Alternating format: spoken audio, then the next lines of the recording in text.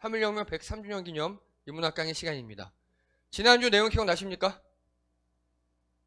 지난주 을지년스러운 이웃이었습니다. 그래서 과연 일본이 우리의 이웃인가? 어떻게 우리에게 악행을 저질렀는가?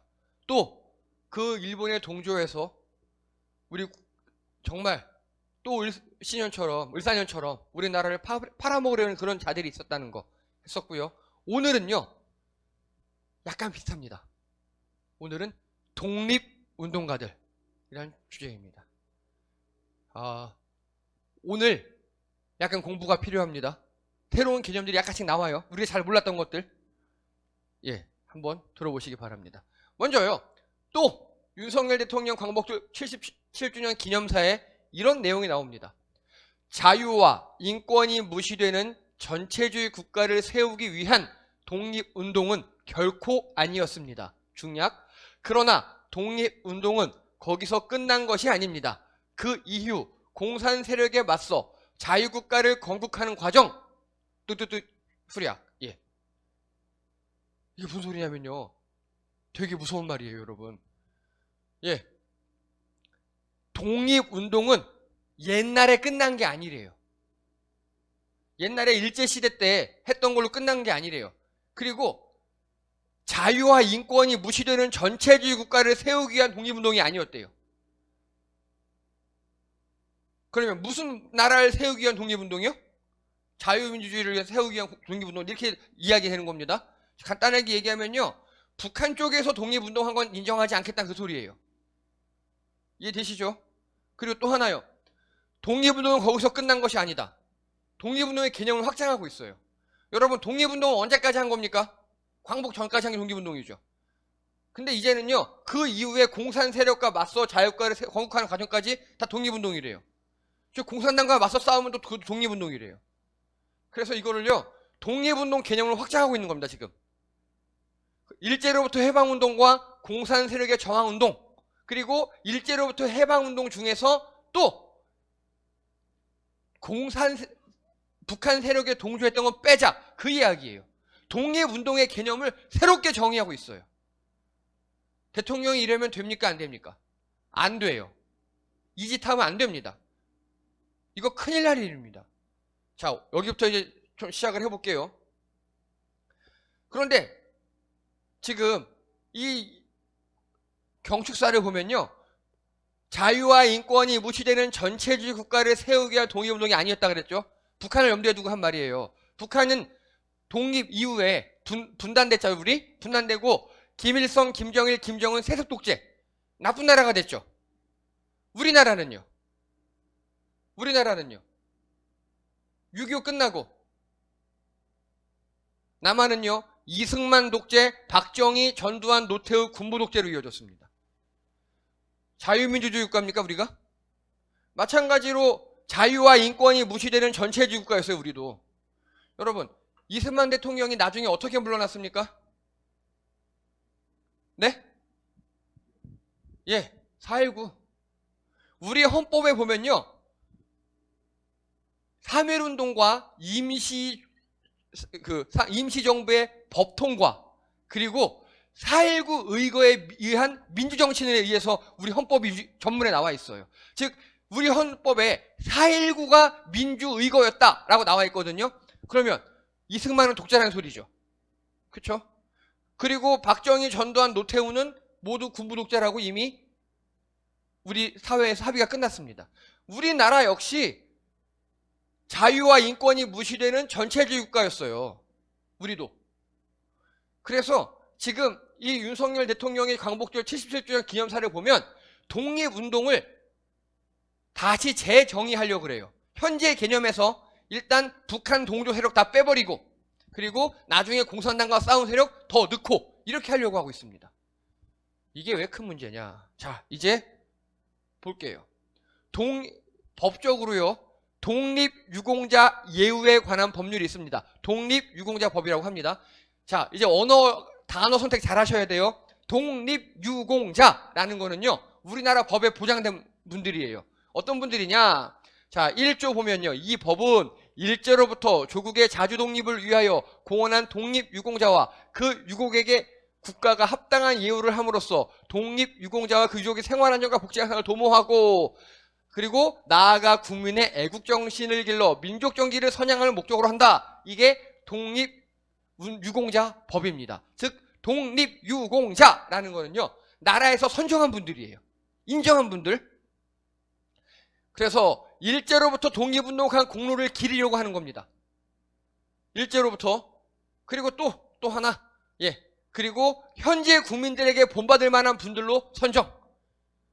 이런 분들이 바로 우리 민족을 위한 분들이야. 보고 배워라고 하는 겁니다. 이해되시죠? 이게 독립유공자예요. 그래서 이 법에 쭉 나중에 보면요, 이런 분들에게는 훈장이 나가고요, 이런 분들에게는 자손들에게 혜택이 가요. 이게 독립유공자입니다.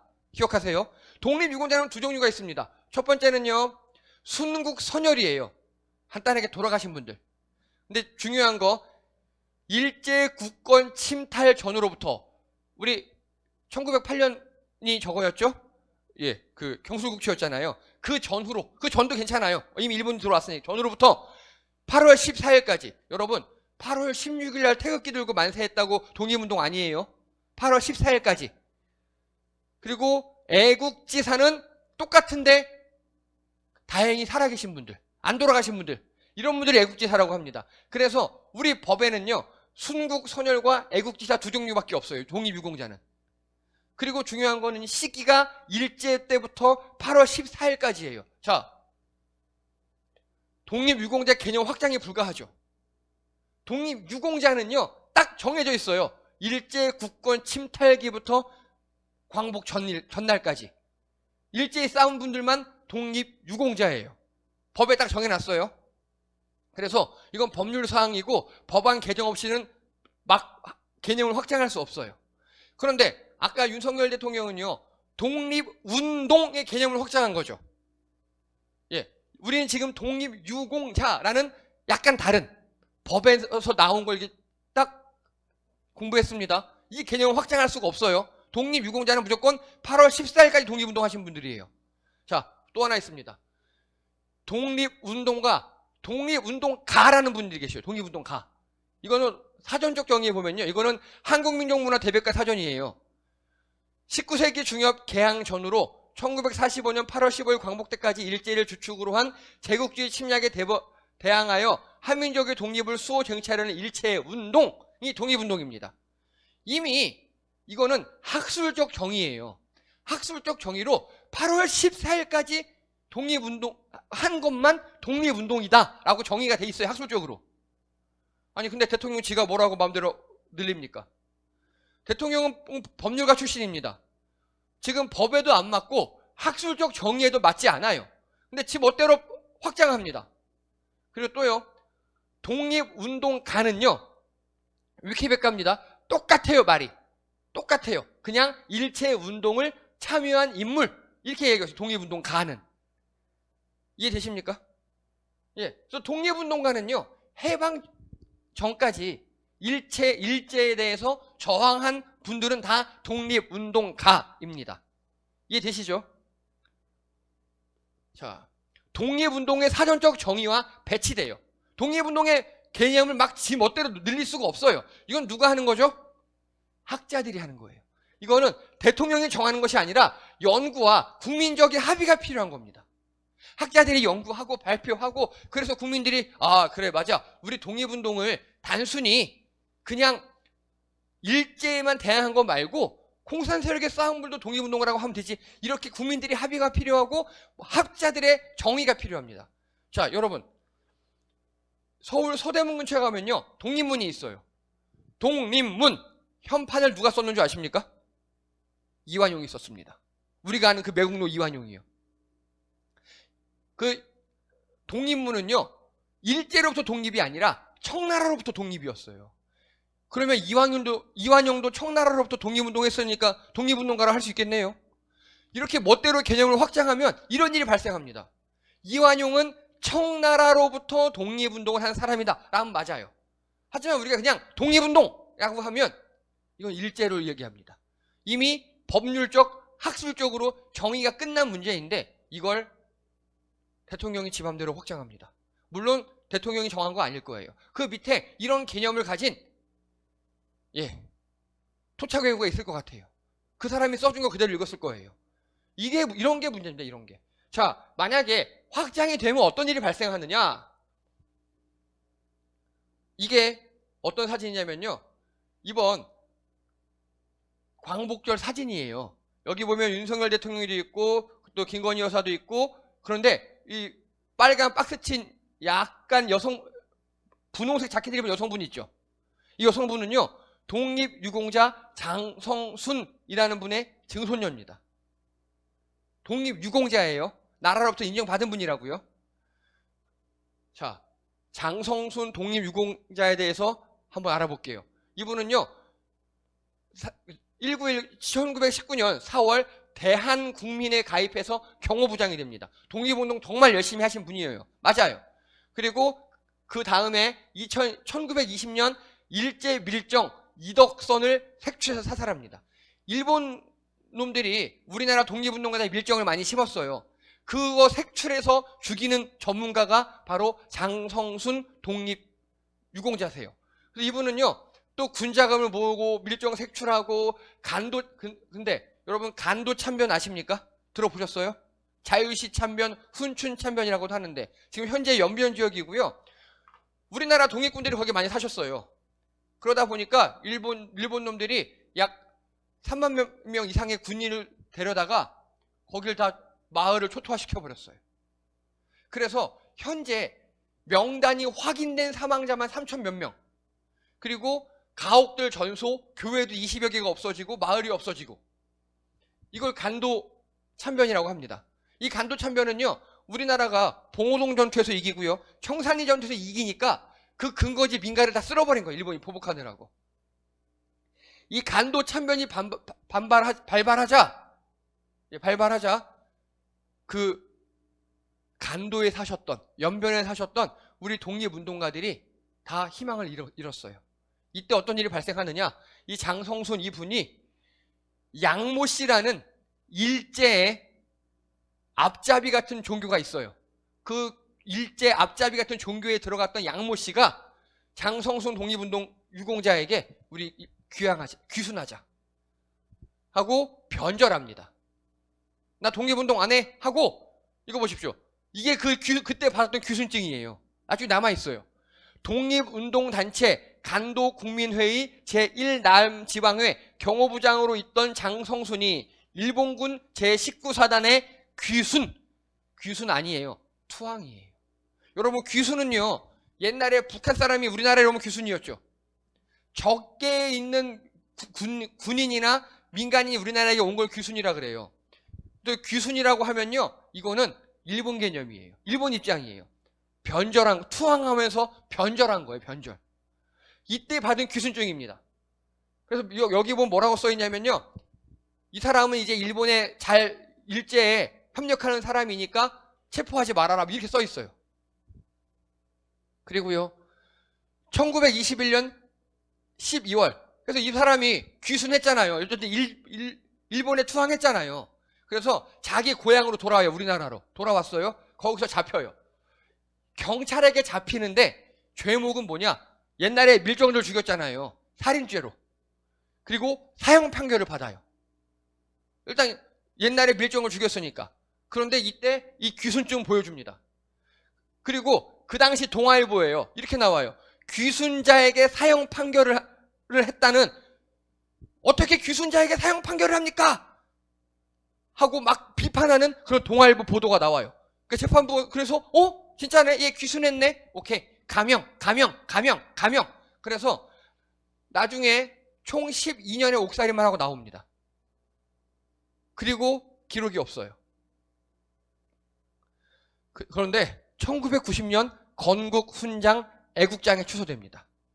그리고요, 아직 확실하진 않은데요, 아까 이 장성순 이분이 뭐 관동지회 뭐 1대대 어디에 뭐 경호부장이었다 그랬잖아요. 이분이 귀순한 이후에 그 자기 부하들이 모두 다 잡혀요. 정황 증거는 있어요. 정황적으로 볼 때 귀순해서 변절해서 다 불었다는 정황 증거는 있지만 확실한 문서적 증거는 없어요, 아직. 그런데 여러분 어떻습니까? 이런 분이 90년도에 건국 훈장 애국장을 받았어요. 훈장을 받았어요. 그래서 독립유공자가 됐습니다. 이분은 장성순 이분은 독립유공자가 되는 게 맞습니까? 틀립니까? 이건 솔직히 논란의 여지가 있어요. 이건 논란의 여지가 있어요. 이거는 예. 어쨌든 독립운동을 한 건 사실이니까 열심히 한 건 사실이니까 독립유공자 맞아 할 수도 있고 하지만 나중에 변절했잖아. 그래서 독립유공자는 아니야 논란이 될 수 있어요. 요거는 논의가 필요합니다. 어느 한쪽에 그렇지 않아요. 이렇게 질문할게요. 장성순 이분은 독립운동가이십니까? 그렇죠. 독립운동가는 맞아요. 독립운동을 했으니까. 그래서 현재 우리 사회에도 논란이 있어요. 광복절 때 윤 대통령 옆에 누구에서 드러난 중대한 사실 일제에 귀순한 장성순 후손 다시 돌아보는 가짜 독립운동자 유공자 전수조사 필요성이라고 우리 한쪽 여론이 있고 또 반대쪽에는 국가보훈처 일제에 귀순 장성순 서훈 논란에 문제 없다. 예, 서훈 유지 문제 없다. 독립유공자 증서훈조다. 이렇게 막 현재 우리나라에 논란이 있어요. 이건 제가 봐도 그래요. 하지만 중요한 거 하나요. 이분이 만약에 독립유공자잖아요. 독립운동가는 맞아요. 운동했으니까. 그런데 이분이 독립유공자가 되면 어떤 일이 발생하느냐. 자, 제가 극단적인 인물 몇 명을 소개합니다. 김일성, 김원봉, 홍범도. 다 아시죠? 남진아 아니? 세 사람 다 알아? 김일성 알지? 김원봉, 홍범도. 야, 우리 옛날에 홍범도는 장군의 의견 인문학 강의 했었잖아. 예, 여러분 그래서요. 이 세 인물이 있습니다. 일단 홍범도 장군님은요. 62년 이미 1962년에 건국 훈장 대통령장 바로 박정희 대통령으로 받았고요. 그리고 97년 카자흐 묘역 조성 김영삼 대통령 때 했고요. 2021년 8.15 작년 8.15 때 유해가 귀환 문재인 대통령 때 유해가 귀환했어요. 즉 홍범도 장군님은요. 우리나라의 독립유공자 맞죠? 훈장까지 받았으니까. 자, 그런데 김원봉 선생님은요. 독립운동의 정말 최고였습니다. 간단하게 뭐냐? 일본이 현상금을 걸죠. 김구 선생님보다 더 높았어요. 영화 암살에 보면 나오죠. 영화 암살의 그 모든 걸 계획하고 기획한 게 바로 김원봉 선생님이에요. 의열단 단장. 예, 정말 일제에게 무시무시한 그랬던 분입니다. 이런 분이 해방 때까지 일본에게 한 번도 잡힌 적 없어요. 일제에게. 무력투쟁이면 무력투쟁 그리고 또 어떤 선전 다 너무 열심히 잘하셨어요. 그런데 해방 후에 여운형 선생님 우리 옛날에 했었죠. 몽양 여운형 선생님. 그분이 여운형 선생님이 암살당하는 걸 목격해요. 우리 민족 지도자 중 한 분이셨는데 암살당해요. 그리고 노덕술 아십니까? 들어봤어요? 노덕술이 누구냐? 매국노입니다. 친일 경찰이었어요. 독립운동가들 잡아다가 고문하는 사람이 노덕술이었어요. 근데 독립운동가들 잡으러다가 고문하는 사람이 노덕술이었는데 이 사람이 해방되고도 경찰청에서 높은 사람이 된 거예요. 이 사람이 김원봉을 체포합니다. 그리고 엄청난 모욕을 주었다고 합니다. 그래서 이 노덕술 김원봉 선생님이 친구에게 쓴 글을 보면요. 36년간 일제에게 한 번도 잡힌 적이 없는데 내 나라 내 민족 내 땅에 돌아와서 내 민족에게 잡혔다. 수갑에 채워졌다. 뺨을 맞았다. 하고 정말 치욕스러웠다고 죽고 싶었다고 이렇게 적습니다. 그리고 김원봉 선생님은 그대로 월북합니다. 이 땅에 나만의 희망이 없다고. 북한에서는 김일성은 좋아했을까요? 싫어했을까요? 겉으로는 엄청 좋아해요. 겉으로는. 독립운동에 큰 분이 오셨으니까. 그런데 속으로는 싫어해요. 그래서 김원봉 선생님은요. 자, 김일성이 북한 노동당을 만들었죠. 거기에 들어가지 않아요. 또 다른 당을 만들어요. 야당이 돼요. 어떻게 됐을 것 같습니까? 죽어요. 예, 김일성이 숙청해버려요. 자, 김원봉 선생님 독립운동가입니까? 아닙니까? 맞죠? 독립운동가는 맞아요. 그러면 독립유공자입니까 아닙니까? 아니에요. 선정이 안 됐어요. 그럼 이렇게 질문 드릴게요. 독립유공자에 선정이 돼야 될까요? 되면 안 될까요? 애매하죠. 이것도 애매하죠. 그쵸? 끝나고 북한을 갔으니까 애매해요. 그런데 여러분, 아까 장성순 독립유공자 같은 경우 보세요. 그분은 일제에 투항을 했어요. 변절을 했어요. 그런 분이 독립유공자라면 김원봉 선생님도 독립유공자가 될 수 있지 않을까요? 비슷하잖아요. 정도의 차이가 있을 뿐이지. 자, 더 극단적으로 나가겠습니다. 김일성 알죠? 김일성은요, 독립운동 약간 했어요. 팩트예요. 독립운동 약간 했어요. 그런데 그 다음에 더 이상 자세하게 설명하지 않겠습니다. 설명 안 해도 아시겠죠? 북한을 독재국가로 만들어서 그 독재로서 지금까지 3대 세습하게 만들고 분단을 되게 하고 러시아 앞잡이로서 이렇게 살아왔어요. 질문 드립니다. 김일성, 김원봉, 홍범도 이 세 인물의 공통점은 무엇입니까? 모두 독립운동가라는 겁니다. 김일성도 독립운동가 맞아요. 독립운동을 했으니까 요만큼이라도. 그런데 독립유공자는 누굽니까? 현재 홍범도 장군님 한 분이에요. 현재. 그런데 장성순 그분이 독립유공자가 된다면 김원봉 이분도 충분히 될 수 있는 여지가 있습니다. 그리고 또요. 더 큰 문제가 있습니다. 여러분 혹시요 황장엽 씨라고 들어봤습니까? 들어보셨죠? 황장엽이 누구냐?